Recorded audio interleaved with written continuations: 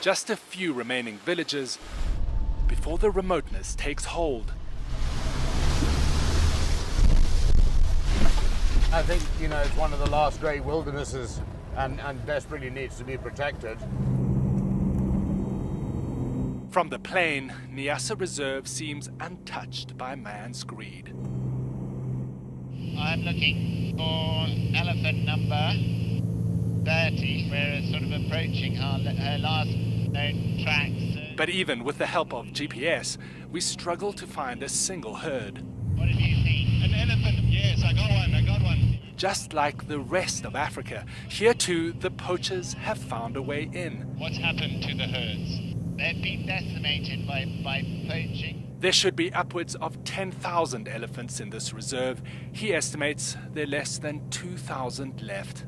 Just flying over what used to be bountiful countryside, you're now struggling to find animals. A Chinese government ban on ivory has been heralded as the key to saving the species. The world's largest market should now be off limits. But here, conservationists say the slaughter continues. We were in the bush when we found a group of elephants, he says. I shot the first one, and then I shot the second one. We were about to remove the ivory when security officials arrived to apprehend us. Inside a prison yard, this poacher speaks freely. He's agreed to talk to us because he wants people to know. I had nothing else I could do, he says. This is the only way. He says the demand for ivory hasn't diminished.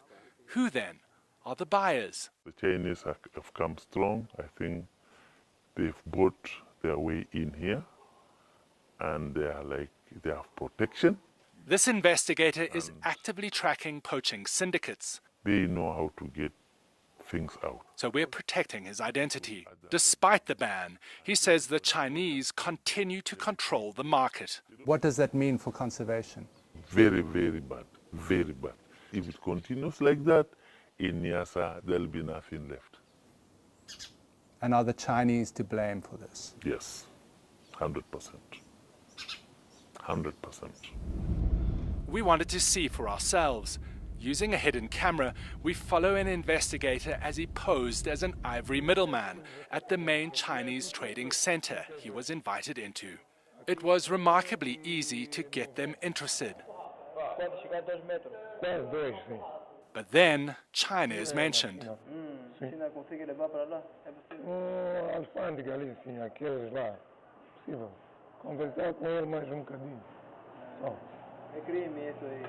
It could be a negotiating technique.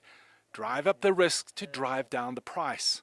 Or perhaps the ban's message has made it to Mozambique's Chinese traders.